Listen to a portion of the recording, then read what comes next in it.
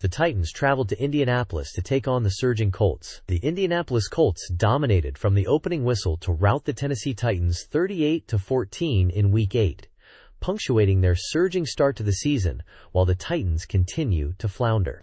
Much like the Browns and the Saints, the Titans delivered another lackluster performance, especially on the offensive side of the ball. The Titans never got anything going, never really put together a marching effort, and their fan base is mostly left brown by their play. Since is it the Titans, and they are two-tone blue, their fan base are certainly blue. Indianapolis piled up 420 total yards compared to Tennessee's 341. And controlled the pace early on. The Titans controlled the time of possession battle 34 minutes and 21 seconds compared to Indianapolis at 25 minutes and 39 seconds of possession, a modest edge that proved enough as they struck quickly and often.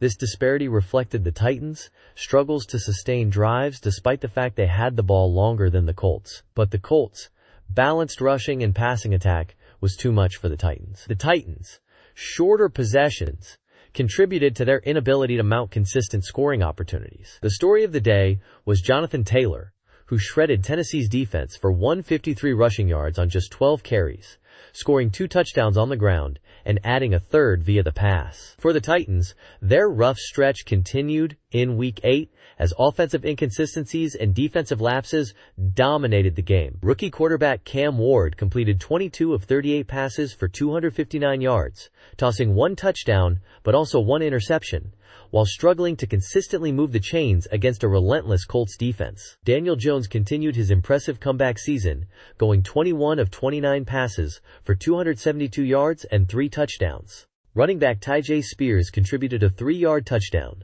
but the ground game was largely ineffective, totaling 113 rushing yards as the Titans fell behind early. Defensively, Tennessee was undermanned and overwhelmed. Without Jeffrey Simmons, their pass rush struggled to contain Jones, and the Colts converted only 3 of 9 third-down attempts, their second worst rate of the season. Despite this relatively low efficiency on third downs, Indianapolis still controlled the game thanks to big plays from Jonathan Taylor and Daniel Jones, along with dominant defensive pressure that limited Tennessee's scoring opportunities. Meanwhile, the Colts took advantage of their opportunities, applying steady pressure and making enough plays to keep Tennessee from mounting any serious rallies. The Titans' lack of pressure on Jones and missed opportunities on third downs made it impossible to mount a comeback. Rookie receiver Chimere Dike stood out with 7 receptions for 92 yards, showing flashes of promise amid a frustrating afternoon. The loss drops Tennessee to 1-7, leaving the team searching for answers on both sides of the ball. Injuries and inconsistent execution have left the Titans struggling to maintain any positive momentum, and the season is increasingly looking like a long climb back to relevance extending out beyond this season. They may have found their franchise quarterback, but in the meantime, it's looking more and more likely the Titans will be selecting number 1 overall in the 2026 NFL Draft.